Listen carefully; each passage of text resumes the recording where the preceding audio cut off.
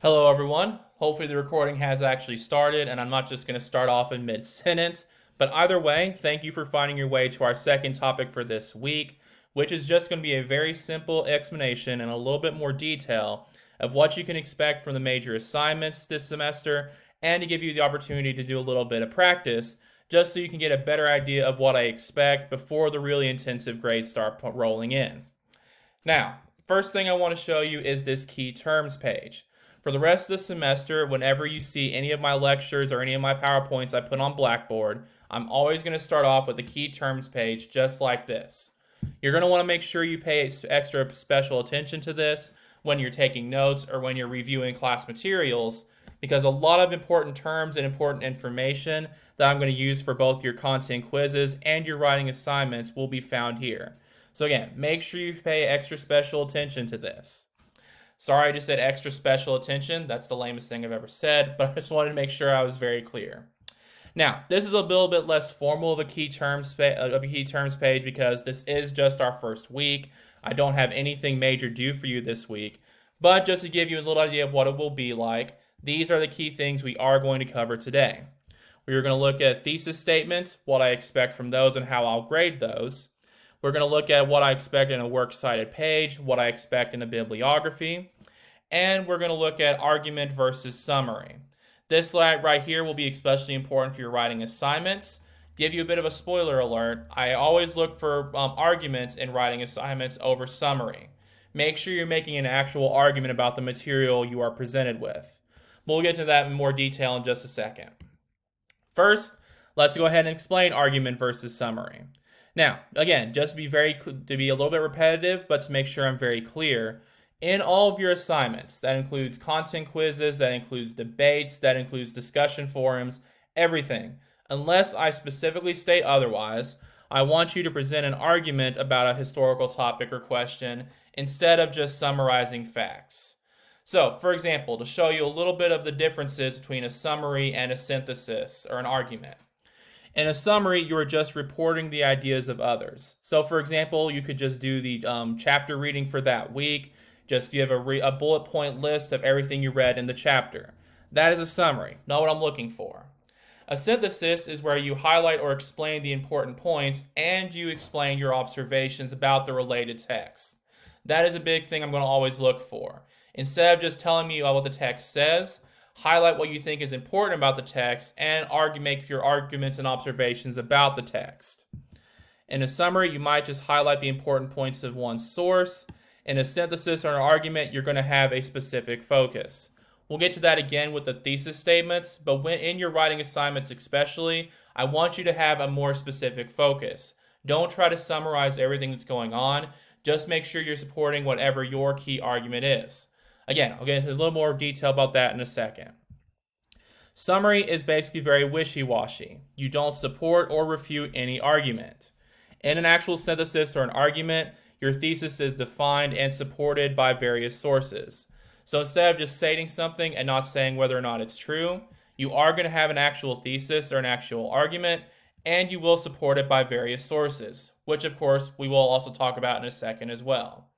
A summary, again, does not contain your opinion, and an argument compares and contrasts the information from multiple sources, and again, cites multiple sources at once. This is going to be a pretty big deal for all of your assignments. I don't want you to just draw your information from one source. Make sure you pull your sources from multiple areas and make sure your argument is well supported. Finally, your summary again constructs a narrative from source material with no critical analysis. You just talk about different texts in the order of their publication. And a synthesis or an argument will make connections between the sources.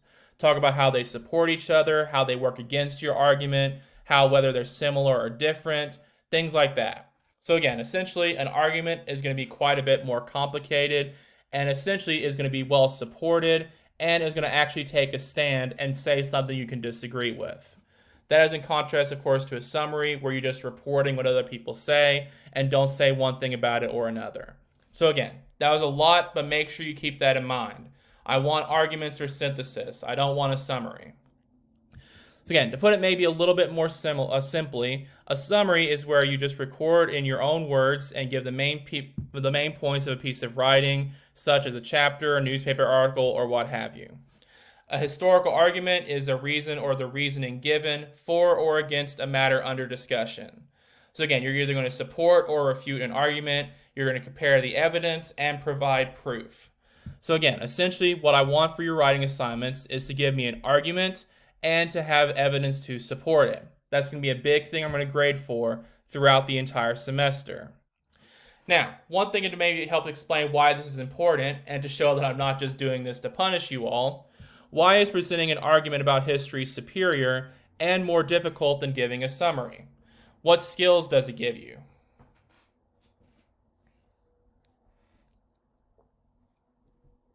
By the way, there's going to be a lot of these in my lectures as well, where I just have to sort of pause where I would be waiting for the class to answer. Use these to hopefully think about it yourself. But anyway, let's go ahead and start with why it's more difficult. Obviously, it's more difficult because it requires you to draw upon multiple sources and to more critically analyze the evidence. Instead of just reporting whatever you're reading, you have to try to decide what it means and try to decide why it's significant and what information people should draw from it. Now, it is more superior and gives you a couple of skills. First off, as you might have noticed, it is going to improve your research skills because it will teach you how to analyze evidence, draw information from it, and it will also help you guys be more able to present your arguments in a professional manner. Through your writing assignments, you should learn how to present your arguments in a written form, which will probably help most of you, whatever your future careers are. And when we do our debate, that'll be a little bit of practice in doing it in person or doing it orally. So again, this isn't just to be horrible to you guys. It should hopefully teach you a few important skills and make you better researchers and presenters so you can better argue with people and present your opinions no matter what it is you're talking about. But in the meantime, let's go ahead and try to compare our arguments versus summaries to give you a bit of an idea of what I can expect. So, what I want you to do is to go through these and tell me which of the following statements is an example of a historical argument. So I'll just be quiet for a second, give you guys a chance to hopefully read these on your own, and then we'll go ahead and explain the answer.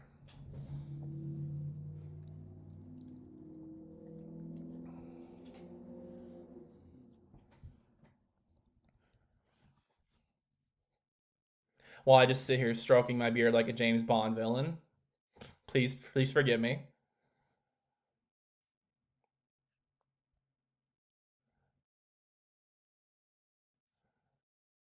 I really don't know what to do during these pauses.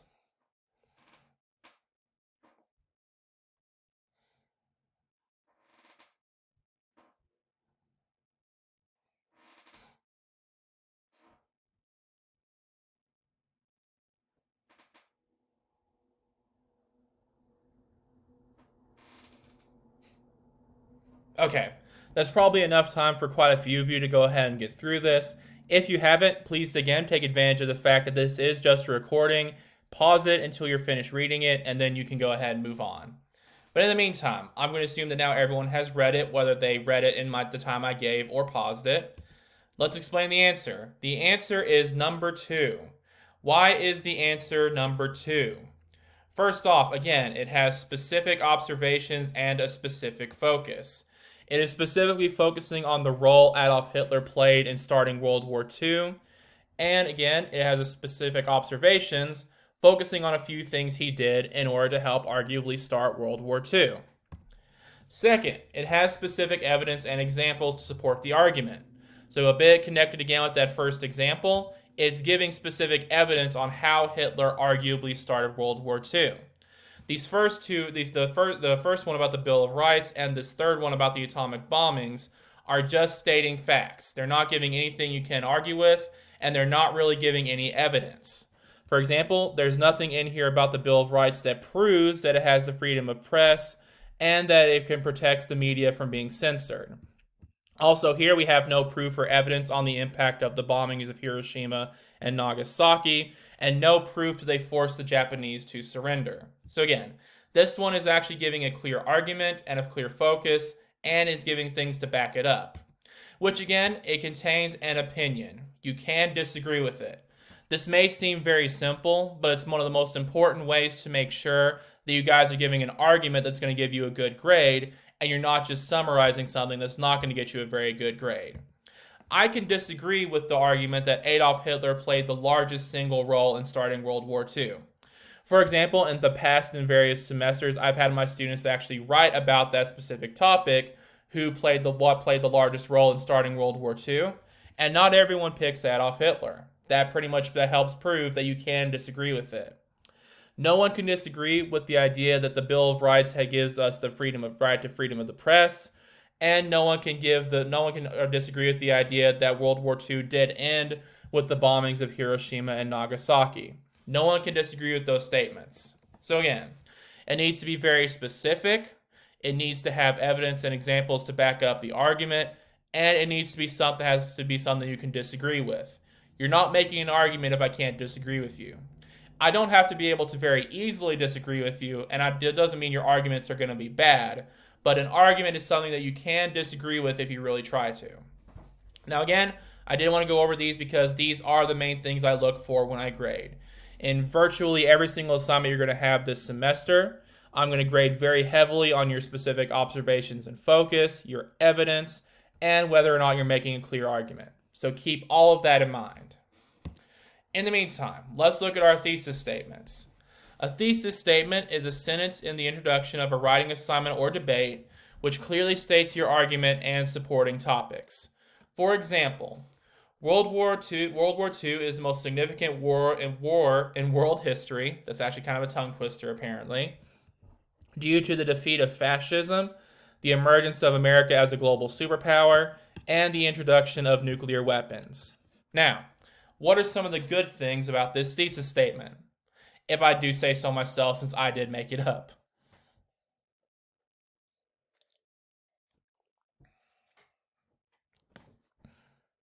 Okay, very good again, students who are watching this at home. First, it is making a clear argument. You can obviously disagree with the idea that World War II is the most significant war in world history. So it is making an argument. Also, a big thing that I look for in these thesis statements that a lot of people forget to add is it does include the supporting topics.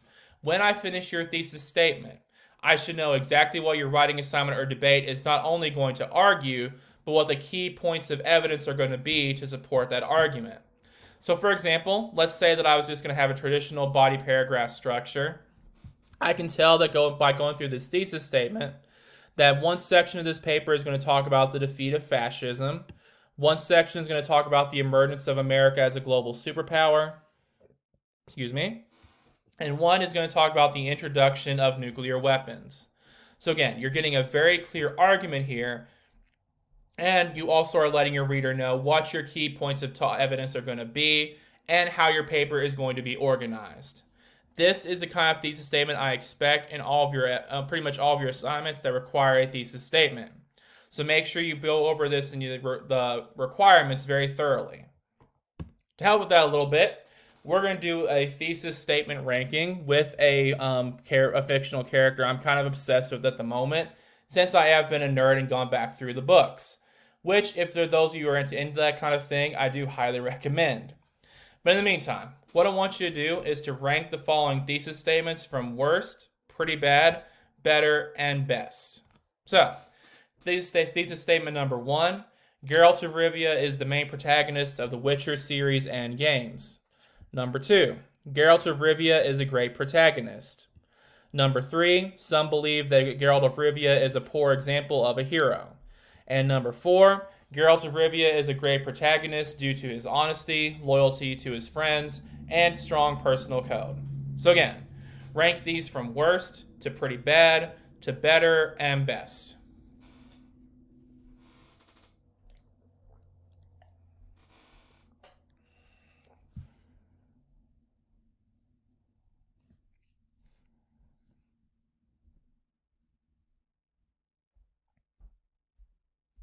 Okay, very good. I'm going to assume again that everyone is about done. If you're not, please again do feel free to pause this until you are ready to continue. But in the meantime, let's start with which one is the worst. The worst one in here is actually number 1. Geralt of Rivia is the main protagonist of the Witcher series and from the games. This one is the worst one we're looking at. Pretty bad is number 3.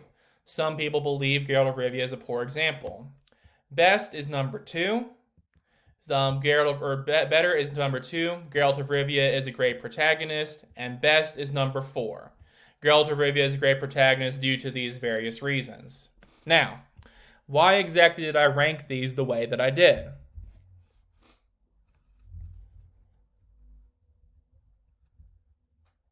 All right, again, very good. Most of you probably figured this out already. Number 1 is the worst because, again, it is not making a single argument. Anyone who has even a passing acquaintance with the show or the books or the games can tell you that Geralt of Rivia is the main protagonist and character of the Witcher series. Can't really disagree with that. Number 3 is slightly better but still pretty bad. Number 3 is what I see quite a few people doing, so I want to nip this one in the bud right now. Just reporting other people's argument isn't really stating your own argument. So technically, this is an argument because it's stating that maybe Geralt of Rivia is a bad example of a hero. But this isn't really stating this as your argument. You're essentially just reporting someone else's argument. So it isn't even really you making an argument. That would just be like me saying some people believe that summer is the best season out of the year. That's not really me saying that I think summer is the best season out of the year. I'm just saying what other people think. So again, reporting someone else's argument is not stating an argument. Be decisive and bold with these. As lame as that might sound, make sure you're clearly stating your own argument. Don't just report someone else's thoughts. 2 is a little bit better.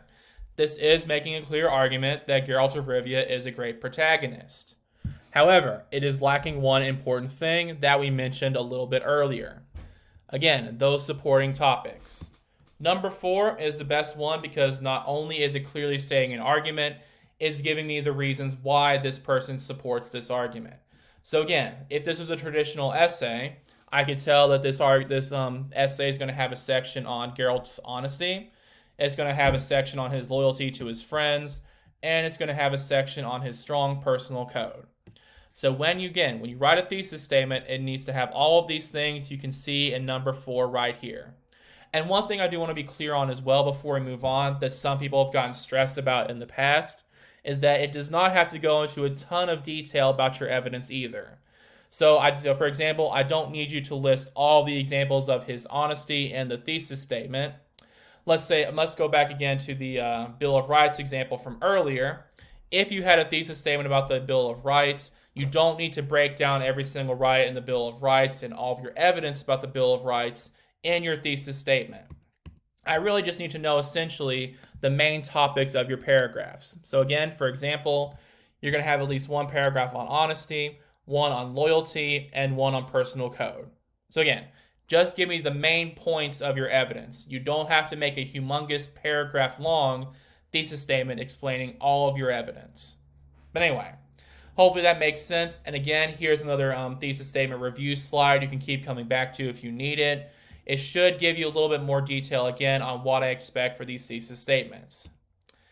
Finally, this is just some very basic stuff on my assignment requirements. This is going to be true for all of these assignments, so make sure you remember this. For your writing assignments, I want 12-point font. I want them double spaced. I want either Calibri or Times New Roman font. I want in-text citations for all of them. I want a works cited page for all of them. And actually, let me go ahead and fix this while you guys are watching so there aren't any mistakes. I only am going to have you use MLA style. So please use MLA for all your citation styles. I used to like to teach students Chicago style as well because that's what historians officially use. But since most of you are probably not going to become professional historians, which is okay, by the way, that is totally fine. You are just here for a survey course. I'm only going to make you guys use MLA because that's probably what you're familiar with. So I wanted to go ahead and fix that for you guys right now just to make sure we're all on the same page. You just have to use MLA. Anyway, debates will be fairly similar. For the live debate, if you're able to participate, you'll just submit your research notes and your speaking outline. So all the research you did with your team and the basic bullet points of what you were going to say. For the alternate assignment, just follow the directions in the prompt. I'll go over that in more detail later if I need to, but that should also be pretty straightforward as well. I do want to know what sources you used, so give me a list of sources, but for these, I'm not going to make you format them. So don't worry about formatting them in MLA style. Just give me a list of what sources you use that I can access, and you should be good to go. Finally, just to give you a little bit of an idea of what I expect for MLA style citations, I do want you to follow proper formats. So for example, for your in-text citation, you can list it like this. Put the authors of whatever source it is in parentheses and the page number. Or you can just list the authors in a sentence like, for example, Rathor and a word I'm not going to try to pronounce determined that Himalayan brown bears eat both plants and animals, and then go ahead and put in the citation page right here. However, you are not supposed to try to combine both of those methods into one source. So don't list the author's names and then try to put them in the parentheses as well. And don't just say it randomly in a sentence without any mention of page numbers or authors. Make sure you give me the authors and the page number in some form or another. Here is a sample MLA works page you can use that should help you a little bit as well. The typical format is very simple. You're going to give me the author, last name first. Then you're going to give me the title of the work, where you got the source from. So for example, it can be a newspaper like this. It could be an interview. It could be some sort of survey or genealogical work like this. It can come from an academic journal. It can come from a CNN web or a news website or a news article, anything like that.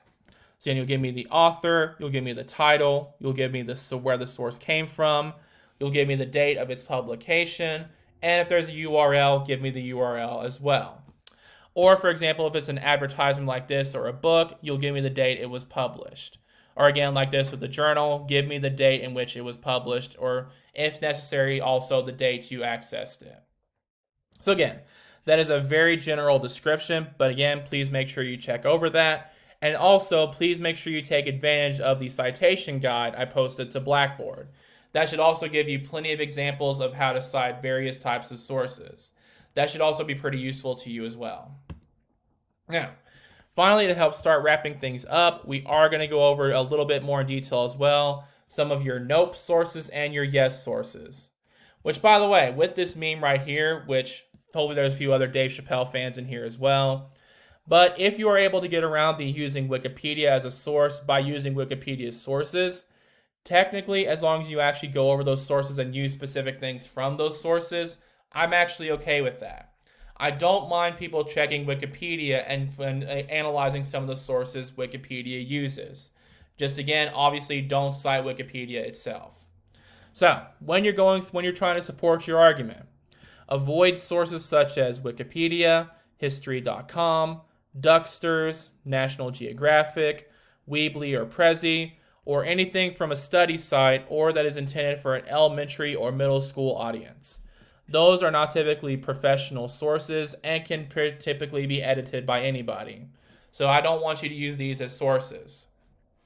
For your secondary sources, you should focus on sources such as books, websites ending with .org or .edu, or professional academic journals. You'll see something like Journal of History, Journal of Agriculture, Journal of Anthropology, Catalog of Engineering, Catalog of Archaeology, whatever it might be. Those are typically more professional sources. Again, to go back to our sample MLA page, for example, something coming from a journal like the Journal of Communications is absolutely acceptable as a source for you to use. So again, just make sure you have these in mind. Another list of these is also posted on Blackboard, which you've hopefully already seen by now. Make sure you review that before you submit any works cited page. If any of these sources are located in your source list, that is going to lose points. Yeah, that's essentially all I have for you at this point. If you have any questions, comments, or concerns about any of this information or anything else involving our class, please do let me know as soon as possible. You can shoot me an email or feel free to join my office hours. Last thing, this is another thing I will always end my PowerPoints on as well in my lectures, is a final reminders. These are all the things you have coming up that are important for you to get finished. First, you have your syllabus contract, which is of course due February the 12th at 5 p.m. All I need you to do is to copy that last page of the syllabus, sign it, and submit it to me. The introduction discussion form is also going to be due. This, of course, to be clear, which I should have mentioned this already, is only for those of you who are not at the optional first meeting. Those of you who were at that first meeting and introduced yourselves on camera, you don't have to do this because everyone can just view your introduction whenever they want. However, those of you who didn't make it, I do want you to participate in that discussion forum. It is also due at February 12th, 5 p.m. Finally, and probably most importantly, is this mandatory course entry quiz. I mentioned this in the initial office meeting. I should have mentioned this in the initial meeting already, but just as a reminder, this is, of course, a very important quiz. It's incredibly easy. As long as you've paid attention in both of my lectures so far and gone over the syllabus, you should have absolutely no problem. It's only worth 5 points anyway.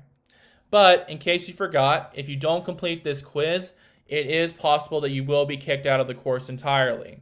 So make sure you submit it by February the 17th. And actually, I have another mistake.